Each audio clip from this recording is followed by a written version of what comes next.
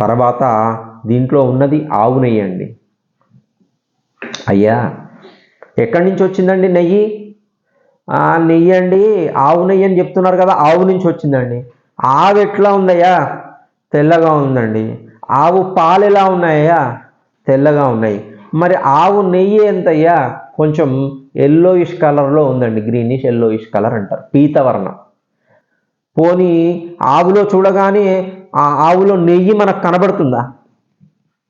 ఆవులో పోనీ ఆవు మనం పాలు పిండిన తర్వాత పాలల్లో కనబడుతుందా?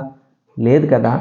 పాలల్లో నెయ్యి దాగుంది, నెయ్యికి కావలసిన కలర్ దాగుంది.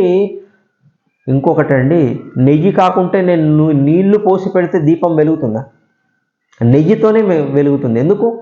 నెయ్యిలో మండడానికి కావలసినటువంటి మాలిక్యూల్స్ అంటే ఇంధనం ఇది.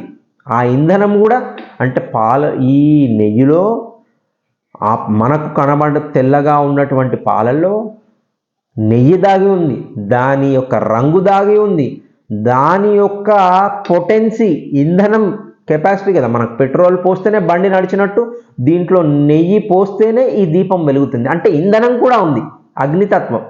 అంటే ఇన్ని మనకు పాలల్లో కనబడుతున్నాయా? కానీ ఈ కలర్ చూడండి, ఇది వెలిగేది చూడండి.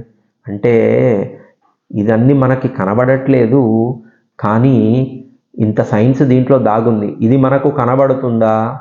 ప్రత్యక్షంగా కనబడుతుందా? పాలల్లో నెయ్యి నాకు కనబడట్లేదండి, దానికి నెయ్యికి కావలసిన కలర్ కనబడట్లేదండి, దీంట్లో ఇంధనానికి కావలసినటువంటి దాంట్లో ఉన్నటువంటి పొటెన్సీ, శక్తి నాకు కనబడట్లేదండి. కానీ లేవా? ఉన్నాయి. ఇదే అజ్ఞానము పోవడము, జ్ఞానము రావడము. ఏంటిదయ్యా? అయ్యా నాకు కనబడట్లేదు కాబట్టి లేదు అని అనుకోకయ్యా. కనబడకున్నా కూడా దాని అంతర్లీనంగా ఉంది కాబట్టి ఇంత భాగవతం నడుస్తుంది. కాబట్టి ఈ జ్ఞానము తెచ్చుకోవడమే దీపావళి పండగ యొక్క పరమార్థము.